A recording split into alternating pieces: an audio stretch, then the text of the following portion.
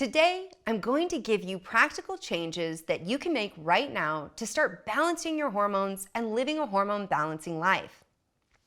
These are things that I discuss with my patients to ensure that they have everything in the right place to build incredible hormone health. Remember, your hormones are messengers. They send information all over your body to ensure that you get the right info at the right place and just at the right time. Kind of important, right? We don't have control over everything in life, but there are some things that we do have control over, and these are the things we need to focus on. One of the biggest players is eating a hormone balancing diet. That's right, what you put at the end of your fork is some of the most powerful medicine. And I want you to know that healing happens outside the doctor's office, which is to say, the way you choose to live every day is where the real magic happens. We're going to go through what foods to eat and what foods you want to avoid while you're working on balancing your hormones. Now, I want to be really clear here. When we talk about whole foods, there are no bad foods. Food isn't bad, it's information. And we want to send the signal to your body that the environment is safe and abundant. So it puts energy into creating reproductive hormones that support your health. I'm going to recommend removing some foods for at least 4 weeks so you can understand how they interact with your body and impact your health. There are some foods that promote inflammation in the body, and we know that increased inflammation can affect our ability to balance our blood sugar and how all of our hormones are able to interact with our cells. If our blood sugar is a mess, then you better bet your hormones are going to be out of balance too. So let's talk about foods that we want to avoid for at least 4 weeks. Number 1 is taking out gluten and aiming to remove grains as well. Some grains can be inflammatory, and as we talked about with gluten, there is this molecule called gliadin that can actually drive thyroid issues. We also want to remove dairy, corn, soy, peanuts, added sugar, coffee and caffeinated beverages, alcohol, and inflammatory fats. In general, we want to avoid excess sugar, alcohol, and inflammatory fats altogether. Now, after a month or a full menstrual cycle, reintroduce these foods one at a time and track your symptoms. And what symptoms should we track? Any symptoms. That means if you notice changes in your skin, or maybe you're feeling more congested, your digestion changes, or really anything comes up hormonally, as we've reviewed in this course, you want to make note of that. Every 3 days, you'll reintroduce a new food to determine how it's impacting your health. If you have symptoms, that food is not right for you right now. And I encourage you to wait until your symptoms are gone before you move into reintroducing new foods. Now, does this mean these foods have to be gone forever? Not necessarily. See, right now you may be in a healing phase, and these foods are just not working with your body. In the future, you may be able to reincorporate some of these, and perhaps that'll look like 6 to 12 months later, depending on where you're at in your healing journey. Okay, so let's talk about what foods to incorporate. If you are eating any of those foods I just mentioned, then you might be wondering, what the heck am I going to eat? So the first thing we're going to start with is vegetables. I know, you're not surprised at this point in the course. We want to aim to eat 7 to 9 servings of vegetables per day. And remember how I told you yesterday that if you're not regularly eating vegetables, you can start by incorporating 1 serving a day and each week adding an additional serving until you work your way up to the full 7 to 9 servings every day. And listen, you're not going to get it right all the time. So hold some grace for yourself and understand that the goal here is not perfection. Vegetables can help us get the right bugs in place to help with the levels of beta-glucuronidase that we talked about in our detox class. The fiber in the vegetables will ensure that your bowels are moving, you're getting the estrogen out, and that you can optimize the function of your gut overall. Remember, you need to poop every day to get your estrogen out. The antioxidants in vegetables are an essential part of anti-inflammatory eating. They can provide you with nutrients you need to optimize the function of your cells and to build hormones like thyroid, cortisol, progesterone, testosterone, and estrogen. We want to aim to eat seasonally and really as close to home as possible. The less trips your food has to make across the country or across the continent, the more nutrient dense it will be. I also want to see you aiming for a variety of colors and different fibers. What that means is eat some strange vegetables, eat some strange foods that you don't normally incorporate so that you're presenting your body and your microbiome with diversity. We've talked a lot about protein, and depending on your energetic output, or in other words, your exercise, your body mass, and your fitness goals, you're going to want to aim anywhere from 4 to 8 ounces of protein with meals. Aim to get that from grass-fed, pasture-raised animals, wild-caught fish, legumes, nuts, and seeds. Protein is essential for optimizing blood sugar. If you're eating cereal or toast for breakfast, then you're asking for a blood sugar swing, which, as you learned, can lead to anxiety, fatigue, and just feeling overall unwell. Make sure you're starting your day with a good source of protein, like eggs or leftovers from yesterday's dinner. Also remember that your liver requires amino acids to properly detoxify environmental toxins and your natural hormones. Fat is the building blocks that create optimal hormones, so we have to make sure we're eating healthy fats every single day. And as you'll recall from our insulin and blood sugar balancing class, fat is essential in helping you create that optimal balance of insulin and blood sugar. So what kind of fats do you want to be eating? Aim to incorporate omega-3 rich fatty acids like wild-caught fish, nuts, and seeds, which are also anti-inflammatory. Now, I want to note that when it comes to plant-based omega-3 fatty acids, we are highly inefficient as humans in converting that into the forms we actually need, EPA and DHA. Why does this matter? Well, if you're on hormonal birth control, you are not producing your own natural estrogen. And if you've already crossed over into menopause, your estrogen levels are also low. Your natural estrogen is required to make that essential conversion so that you have EPA, which is anti-inflammatory, and DHA, which fuels your brain and neurological tissues. I also want to encourage you to look towards plant-based fats like avocado, cold-pressed olive oil, macadamia nut oil, and you can also look towards grass-fed animal fats like beef tallow or duck fat. We've talked about water a lot, so I just want to remind you, be sure to be drinking water daily. I want to talk a minute here about exercise. We have got to get moving. At the end of the day, you are still an animal, and our body is designed to move. Exercise increases levels of endorphins, which are feel-good chemicals. If your hormones are out of balance, then your mood is likely to be affected. If you're feeling anxious, sad, having mood swings, then one of the best things you can do for your brain health and really overall health is move your body. Exercise is always winning in the research when it comes to mood. That's because it also helps us produce dopamine, our motivation neurotransmitter, as well as serotonin, which can make us feel happier. Exercise can also help you regain insulin sensitivity. So if you have PCOS, blood sugar imbalances, or you're heading towards insulin resistance, we want to make sure we are building healthy muscle mass. Aim for at least 30 minutes of movement, at least 5 days a week. Participate in a variety of movement. Resistance training or weightlifting, Pilates, yoga, and other exercises can help you have flexibility, strength, and mobility through life. But remember to listen to your body.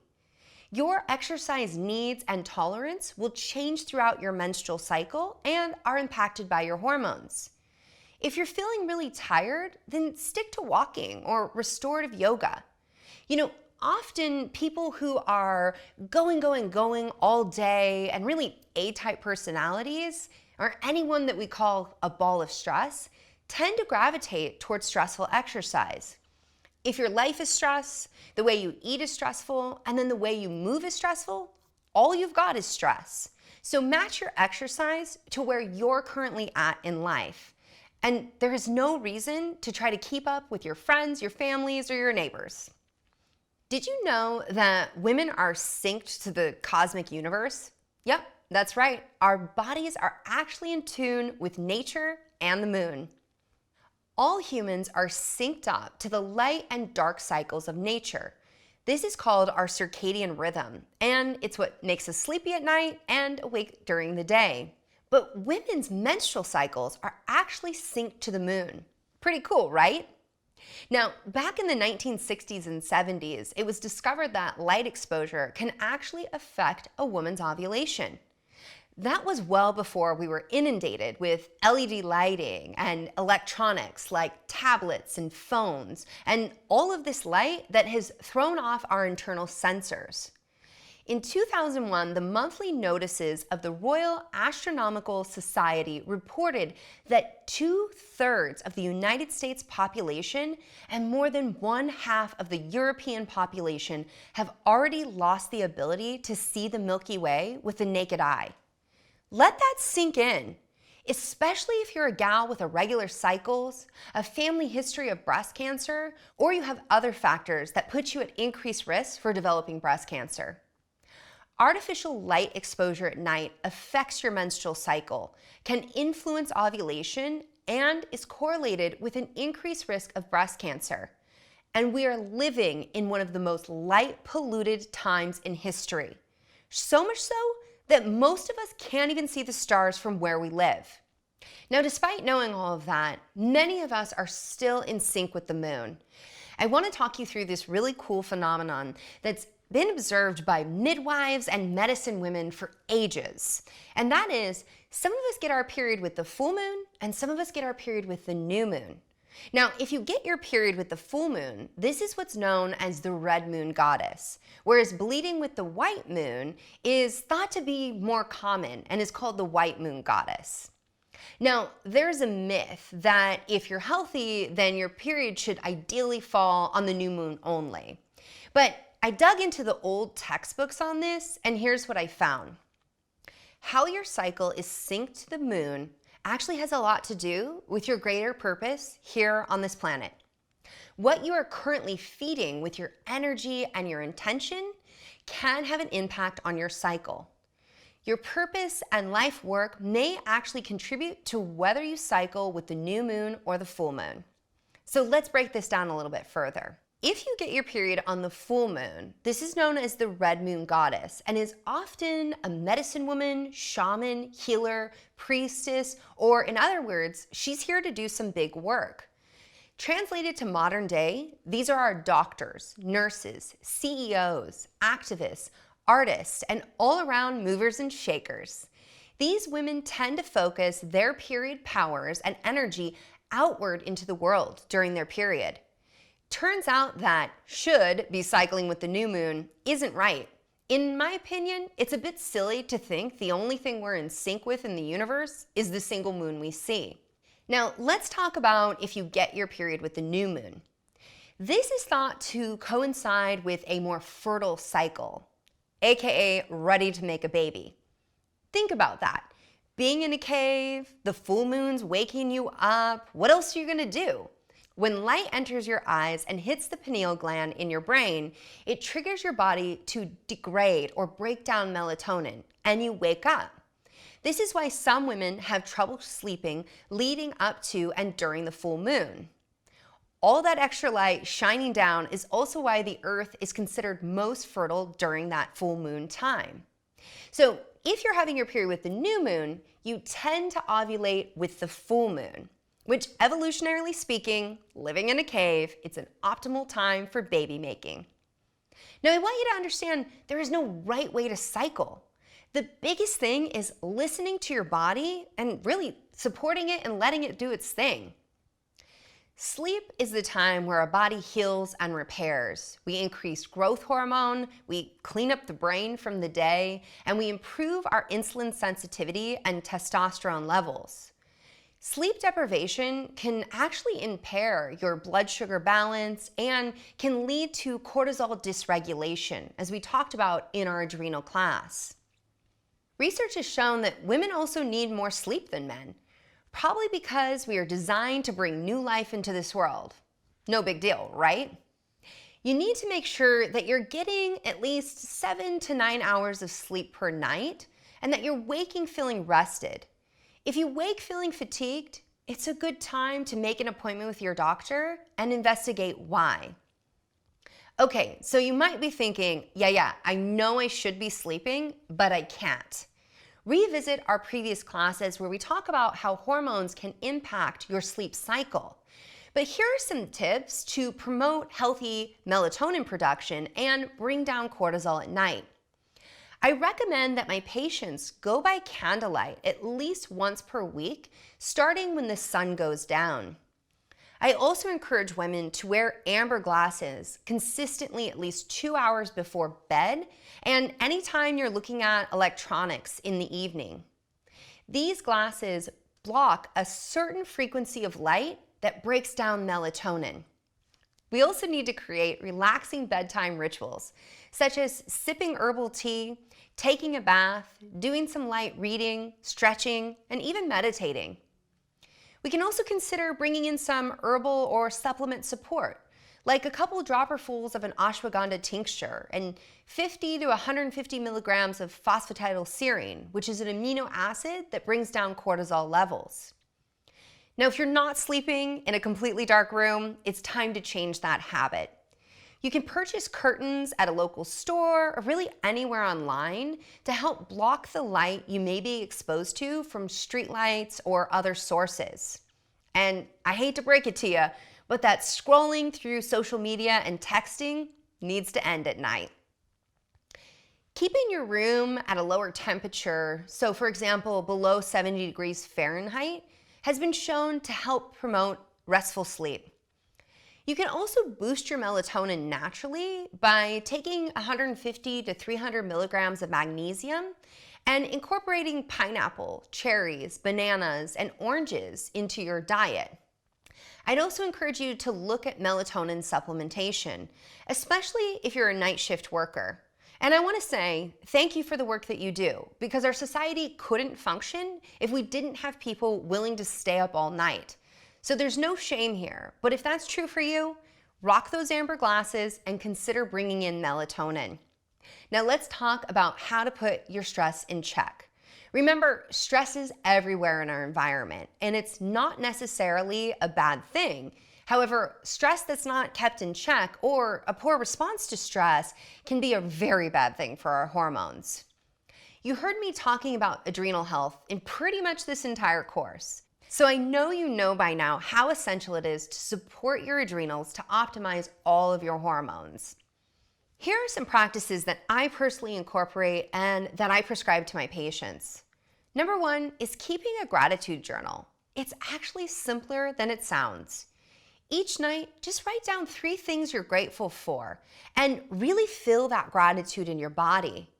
If you're someone who tends to stay up at night with ruminating thoughts and worrying about the agenda for the next day, go ahead and set your intention in writing and write down your to-do list. Then take a breath and let it go.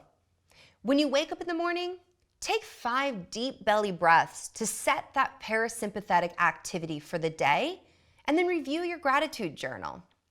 This ensures that you own your day and that you decide the outcome. Now, a really fun way to reduce stress is to dance. I mean, you could go out dancing and hang out with your gals, or you can just shake it off when you're home, in your office, or really whenever you feel the urge. This is also a great way to start incorporating exercise. Meditation and mindfulness, as we've talked about in this course, are tremendously beneficial for your hormones.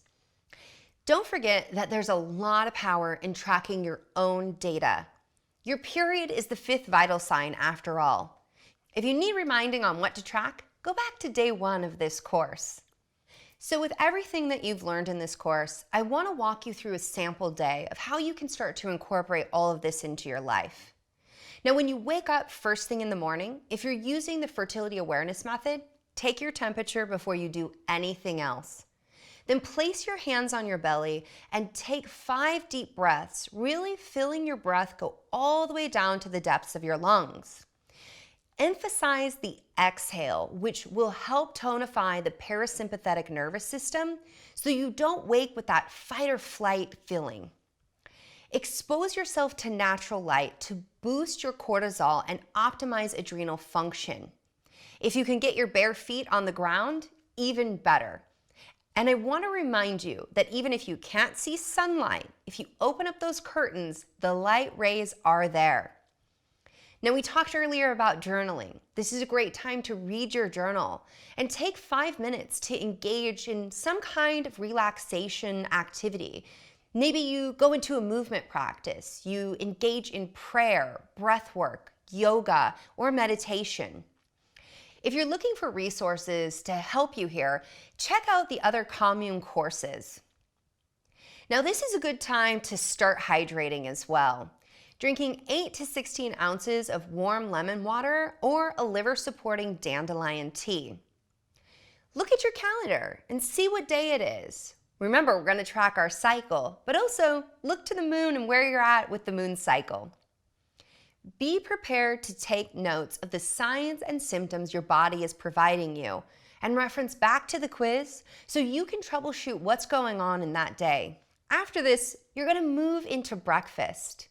Now, if you've opted to take supplements that go with food, like a prenatal, multivitamin, B vitamin complex, probiotics, omega-3 fatty acids, or really any other supplements for hormone balance, this is a good time to bring them in.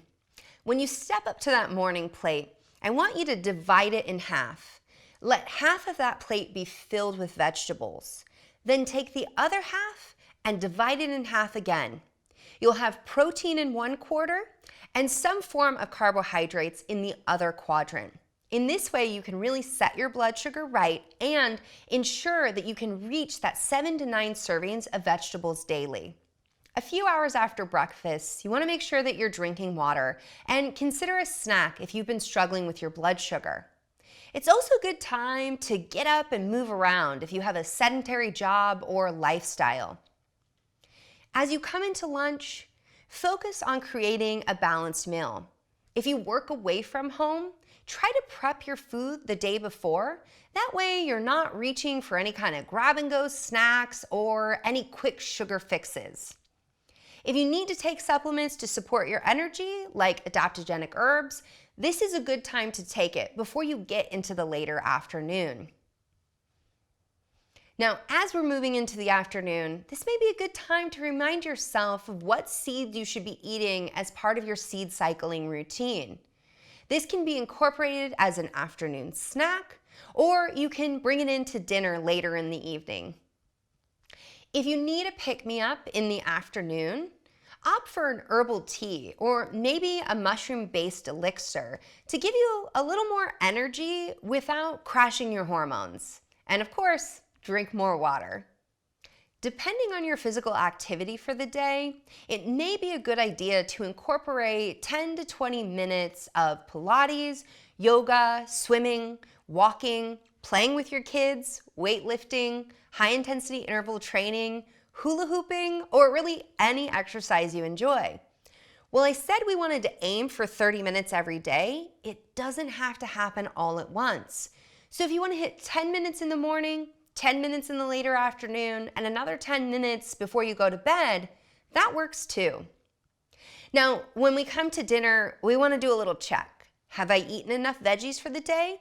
If not, pile them on for dinner and include that healthy fat and protein we've talked so much about in this course. If there's supplements to take in the evening, this is a good time to bring them in. And if you're someone who needs a little hormone support to fall asleep, opt for things like magnesium, ashwagandha, and passion flower, which we talked about in earlier days. Now, as the sun begins to set, that's where we want to put on our amber glasses. And if you're going to be working on your computer, make sure you have blue light blocking options on there and have your amber glasses as well. Remember we talked about bedtime routine? If it looks like taking an Epsom salt bath, which supports detoxification and allows magnesium to relax your muscles, or doing some light reading, I encourage you to find a practice that helps you unwind, relax, and nourish your hormones the way you were designed. So what next? After you've implemented what you've learned in this entire course over the next 3 months, come back and take the hormone quiz again to reevaluate your hormones and course correct so you don't lose momentum. All right, that wraps up the hormone balancing course. I hope you're walking away feeling empowered, that you know more about how your body works. I also hope that this has inspired you to find the root cause of your hormonal issues.